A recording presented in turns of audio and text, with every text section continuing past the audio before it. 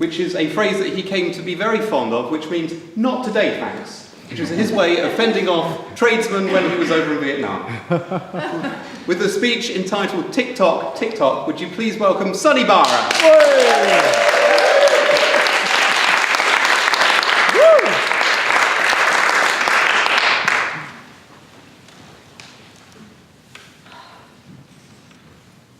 I'm 45 years old, and I've got one foot in the past, and I'm wondering, what have I done? And I've got one foot in the future, and I'm thinking, what will I do?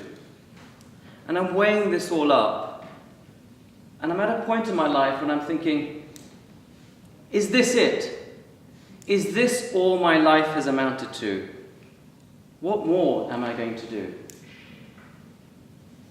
My fellow Toastmasters and most welcome guests, I want to take the next 5 to 7 minutes to share with you some of the musings and thinkings that I've been doing over the last year about time, but more importantly, time management, and also my relationship to time.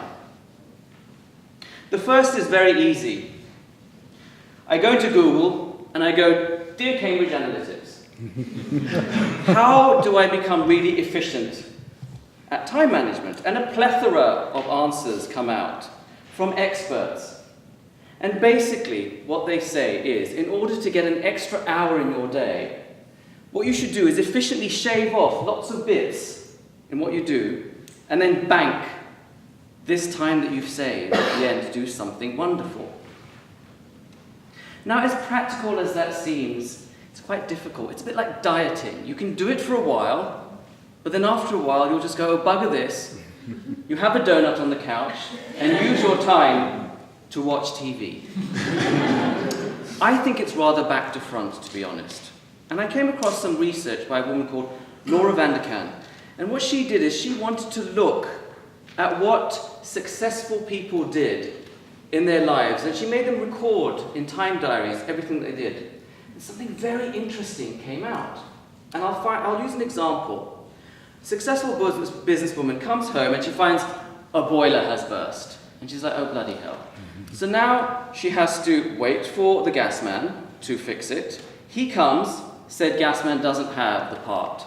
So she has to wait the next day for gas man to come back, fix it. The following day to wait for plasterers and decorators. And by the end of the week, she's managed to sort this goddamn problem out and do everything she was supposed to do, but it took 7 hours of her working week out. She managed to find an hour every day to do this. Now, if I say to you, take an hour out every day to practice for the marathon, or perhaps take time to be part of the leadership team. You'll go, "I can't possibly do this. Can't you see how busy I am?" But I say to you, our human experience of time is very elastic. It stretches to accommodate what we put into it. And so, what we should do is identify in our lives what is important. What are the priorities in our lives? And then give them the importance of a broken boiler. Because if you want to build the life that you want, it's not about saving time. You build the life that you want, and time saves itself. "Ah, but I hear you say, that's all very well and good, but my priorities change over time. What I do right now is going to affect my future self. But my future self may not be very happy with what I do right now." This is a concept called change, and it's an inextricable process of life. We know that change is inevitable, and the amount of change that we have in our relationship to time varies. A day is incredibly eventful to a child. A week, not that exciting to the elderly. bunch of researchers wanted to have a look at all of this and quantify what is our experience of time. So they sent a whole lot of questionnaires to thousands of people of varying ages to look at their perception and their recollection of the eventful aspects of their lives.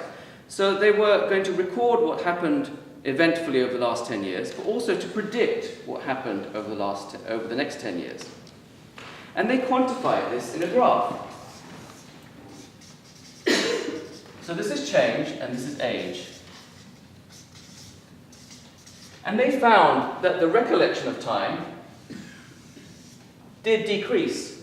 But interestingly enough, the perception of what anticipated in time also decreased, but not as much.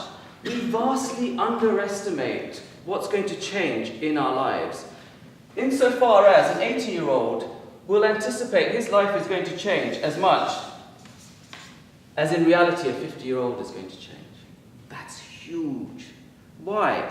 Mainly it's because of the ease of remembering versus the difficulty in imagining. And if we find it difficult to imagine, we don't think it's going to happen. If it doesn't happen, it's not because it's not going to happen, it's because we're not very good at imagining. So this happens, we perceive our lives and appreciate our lives in retrospect. We look back and we appreciate everything that's happened. And this is something called end of history illusion. At the age of 45, I think that presently this is who I am. I've arrived. But I'm not really going to change very much. Human beings are works in progress that mistakenly think that they are finished, they're final. Who you are as a person is just as transient now, just as fleeting, just as immaterial as who you were that came in the past and who you might be.